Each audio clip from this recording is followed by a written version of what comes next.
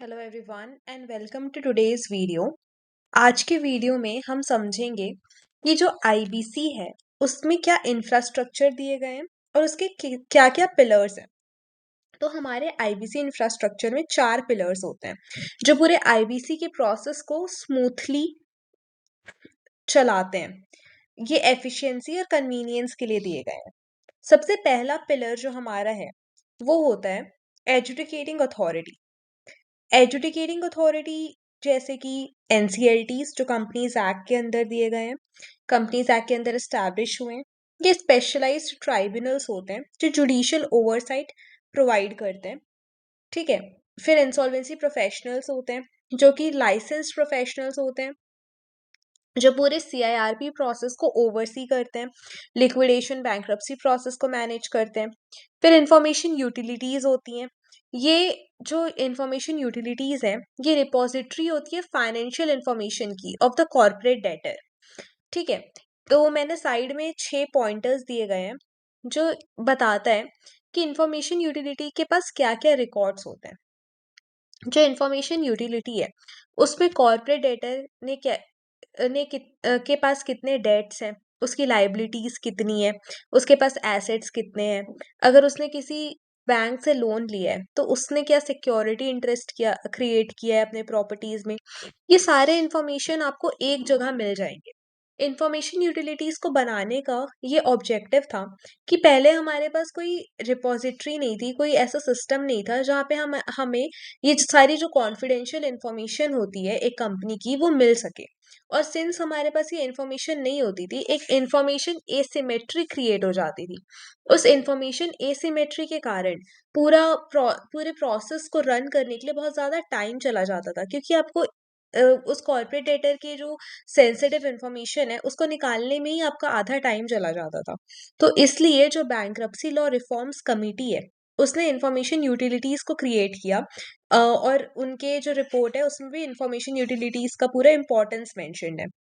Then हम इस video में बात करेंगे insolvency and bankruptcy board of India की। ये जो वीडियो है ये आईबीबीआई पे फोकस्ड है और आगे के पार्ट्स में हम बाकी 3 पिलर्स को कवर करेंगे। So let us start. जो established IBBI है, it is established under the IBC code. It was constituted on 1st October 2016 under section 188 as a body corporate. कहीं भी अगर बॉडी कॉर्पोरेट वर्ड यूज होता है तो आप समझो कि वो एक सेपरेट लीगल एंटिटी को डिनोट करता है। ठीक है। बॉडी कॉर्पोरेट के पास कैपेबिलिटी होती है to sue and be sued.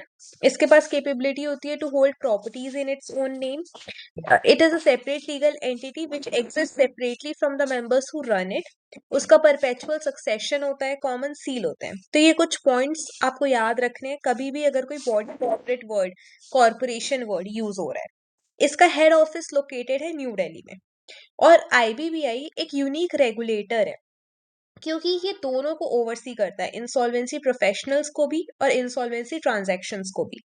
IBBI का एक बहुत इंपॉर्टेंट फंक्शन है कि वो रेगुलेशंस बनाता है। सीआईआरपी प्रोसेस का रेगुलेशंस, लिक्विडेशन का regulation, partnership and individual insolvency का and partnership and individual bankruptcy process का। तो कभी भी अगर आप कोई सपोज अगर आप कंपनीज एक्ट का एग्जांपल ले लो, हमारे पास कंपनीज एक्ट है लेकिन साथ ही साथ हमारे पास डिफरेंट कंपनीज एक्ट से रिलेटेड रेगुलेशंस होते हैं। Same for SEBI act as well. क्योंकि इट इज नॉट पॉसिबल कि आप हर एक चीज, हर एक प्रोसीजरल एस्पेक्ट आप एक्ट में ही लिख दो। इसलिए जो अथॉरिटीज होती हैं वो अपना डेलीगेटिव पावर यूज करके रेगुलेशंस बनाती हैं। सपोज अगर मैं एक इंसॉल्वेंसी प्रोफेशनल हूँ, एक कंपनी है जिसका मुझे इंसॉल्वेंसी प्रोफेशनल बना दिया गया है। अब उस कंपनी को उसका सीआईआरपी प्रोसेस को पूरा कवर करने के लिए, एक एक चीज रन करने के लिए अगर मैं मोरेटोरियम इशू कर रही हूँ तो उसके भी क्या टाइम लिमिट्स हैं, उसका क्या प्रोसीजरल एस्पेक्ट है, वो सारी चीजें एक एक चीज हमें रेगुलेशन से मिलती हैं। तो ये रेगुलेशंस बहुत इंपॉर्टेंट पार्ट होता है प्रोसीजरल और प्रैक्टिकल एस्पेक्ट का। तो ये सारी चीज, ये जो रेगुलेशन मेकिंग पावर है ये आईबीबीआई का एक बहुत इंपॉर्टेंट पावर है। देन कॉम्पोजिशन एंड टेन्योर क्या है? सेंट्रल गवर्नमेंट इसे कॉन्स्टिट्यूट करता है, इसमें एक चेयरपर्सन होते हैं, एक्स ऑफिशियो मेंबर्स होते हैं फ्रॉम मेन मिनिस्ट्रीज जैसे कि corporate affairs, ministry of finance and ministry of law. एक नॉमिनी होता है जो आरबीआई अपॉइंट करता है। 5 सेंट्रल गवर्नमेंट नॉमिनेटेड मेंबर्स होते हैं और इनमें से एटलीस्ट 3 मेंबर्स फुल टाइम होते हैं। इन मेंबर्स के पास एबिलिटी, इंटेग्रिटी, स्टैंडिंग और नॉलेज होता है in law, finance, economics, accountancy और एडमिनिस्ट्रेशन। इनका टर्म ऑफ ऑफिस होता है 5 साल का या फिर up to the age of 65, जो विच एवर इज अर्लियर। ये एलिजिबल होते हैं रीअपॉइंटमेंट के लिए। और इनके जो आईबीबीआई के जो चेयरपर्सन मेंबर्स होते हैं, इनको हम पब्लिक सर्वेंट मानते हैं अंडर सेक्शन 21 ऑफ आईपीसी। अब ये क्यों इंपॉर्टेंट है? क्योंकि पब्लिक सर्वेंट्स को स्पेशल प्रोटेक्शंस दी जाती हैं। अगर पब्लिक सर्वेंट ने कोई भी डिसीजन लिया है, कोई भी एक्शन लिया है, जो वो अपने ऑफिस जब वो अपना ऑफिस होल्ड कर रहा है उस दौरान अगर उसने कोई एक्शन लिया है, तो मैं उस पब्लिक सर्वेंट के अगेंस्ट कोई केस नहीं ला सकती क्योंकि वो अपनी ड्यूटी निभा रहा है। तो ये सारी चीजें, कुछ इम्यूनिटी, कुछ प्रोटेक्शंस दी जाती है पब्लिक सर्वेंट्स को for the actions which they do in good faith. तो इसलिए इन जो आईबीबीआई के मेंबर्स हैं, उनको भी हम पब्लिक सर्वेंट्स मानते हैं अंडर सेक्शन 21। अब ड्यूटीज क्या होती है insolvency and bankruptcy board of India की? सेक्शन 196 बताता है। पहला तो ये पूरा इंसॉल्वेंसी मार्केट प्रोसेस रन करते हैं, सीआईआरपी, लिक्विडेशन, बैंक्रप्सी। फिर ये इंसॉल्वेंसी प्रोफेशनल्स को रजिस्टर करते हैं।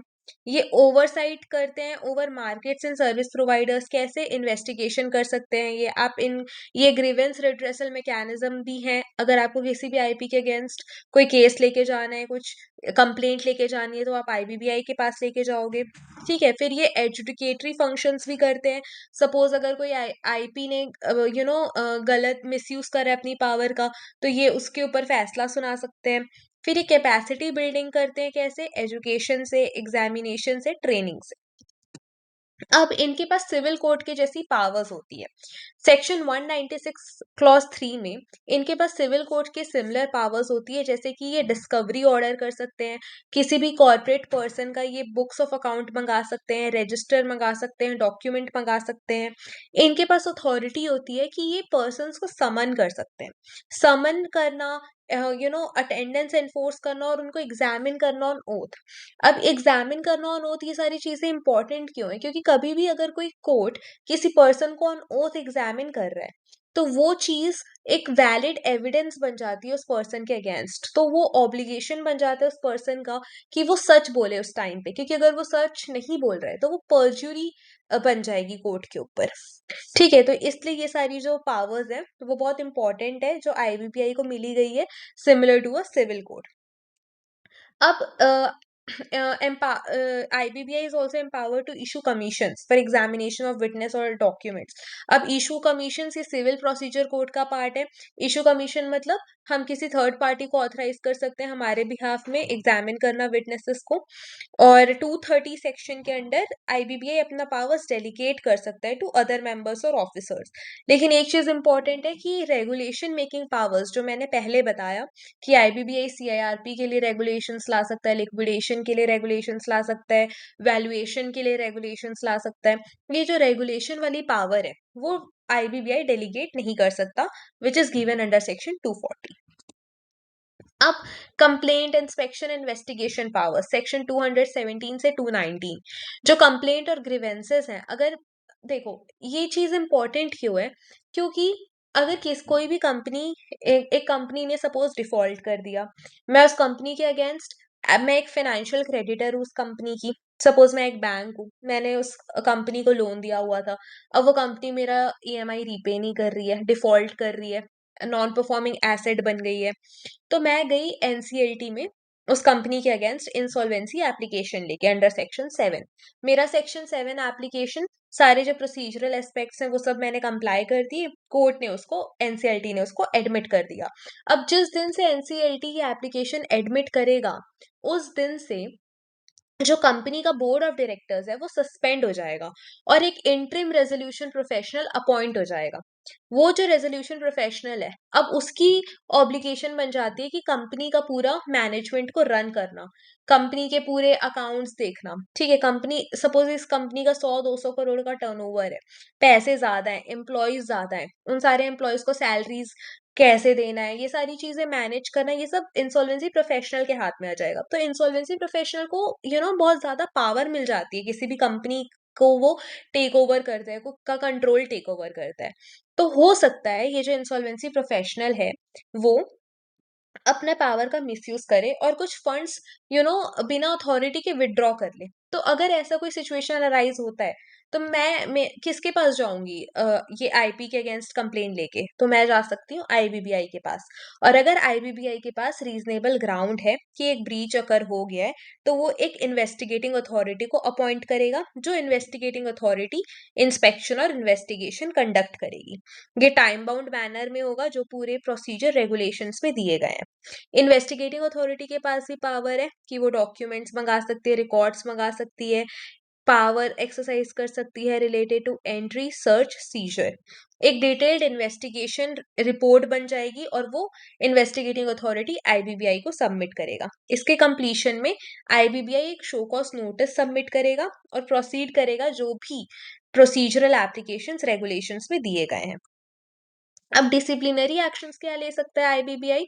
वो एक डिसिप्लिनरी कमिटी कॉन्स्टिट्यूट करेगा जिसमें फुल टाइम मेंबर्स होंगे जो इन्वेस्टिगेशन रिपोर्ट्स कंसिडर करेंगे। ये disciplinary committee monetary penalties impose कर सकती है अप टू 3 times लॉस और अनलॉफुल गेन। सपोज एक आईपी ने 4 करोड़ बिना अथॉरिटी के विड्रॉ कर लिया है, तो उसके ऊपर मैक्सिमम कितनी पेनल्टी लग सकती है? 4 into 3, 12 crore.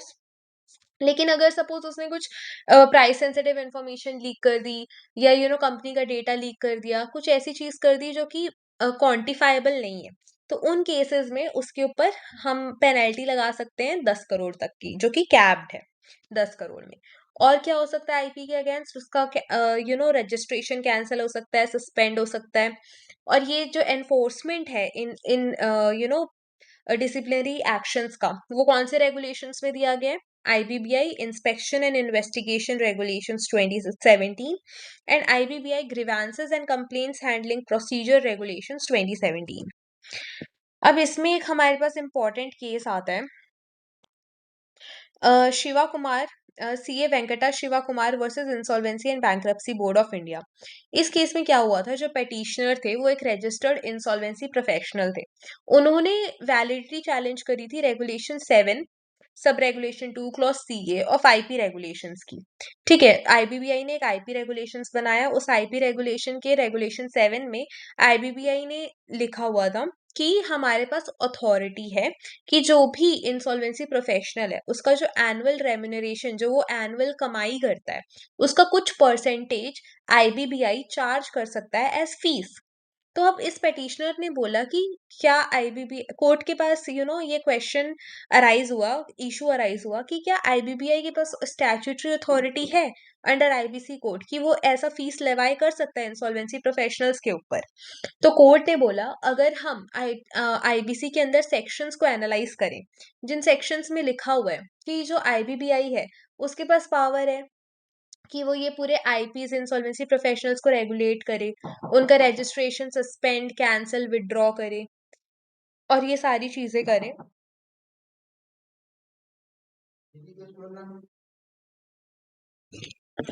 Sorry for the disturbance, but okay. तो इस केस में कोर्ट ने बोला कि अगर हम आईबीसी के सेक्शंस को एनालाइज करें, जिसमें दिया गया है कि आईबीबीआई के पास पावर है कि वो इंसॉल्वेंसी प्रोफेशनल्स को रेगुलेट करे, उनको रजिस्ट्रेशन ग्रांट करे, ठीक है, उनका अगर वो कुछ मिसयूज कर रहे हैं तो उनका लाइसेंस सस्पेंड करे, उन ये सारी चीजें अगर हम देखें तो हमें दिखता है कि आईबीबीआई जो फंक्शंस परफॉर्म कर रहा है, जो डिसिप्लिनरी एक्शंस ले रहा है, उसका एंड इफेक्ट क्या हो रहा है कि आईपीस, जो प्रोफेशन ऑफ आईपीस है वो रेगुलेटेड है, उस पर एक ओवरसाइट हो रही है बाय आईबीबीआई। तो इसमें एक रीजनेबल नेक्सस लग रहा है। अगर आईबीबीआई एक फीस चार्ज कर रहा है तो जो इंसॉल्वेंसी प्रोफेशनल्स हैं वो रेगुलेट हो रहे हैं, उनको वो, अगर हमने आगे पहले की स्लाइड्स में पढ़ा था कि one of the core functions of IBBI is to do capacity building program, to provide trainings, to provide education programs. तो ये सारी चीजें कहीं ना कहीं आईपीस को बेनिफिट कर रही हैं। और कोर्ट ने बोला कि पार्लियामेंट के पास एक पावर होती है कि वो कोई भी रेगुलेशंस को कोई भी डेलीगेटेड पावर को विड्रॉ कर सकता है। तो इसमें ऐसा नहीं है कि आईबीबीआई के पास एक बहुत वाइड पावर दे दी गई है जिसमें कोई पार्लियामेंट्री कंट्रोल नहीं है, और आईबीबीआई जो भी फीस चार्ज कर रहा है उसमें उसका और जिनसे वो फीस चार्ज कर रहा है मतलब कि आईपीस, उनके बीच एक रीजनेबल नेक्सस है, एक रीजनेबल कनेक्शन है, so it is valid. I hope आपको ये वीडियो पसंद आया होगा। Thank you so much for watching and will meet in next video. Thank you.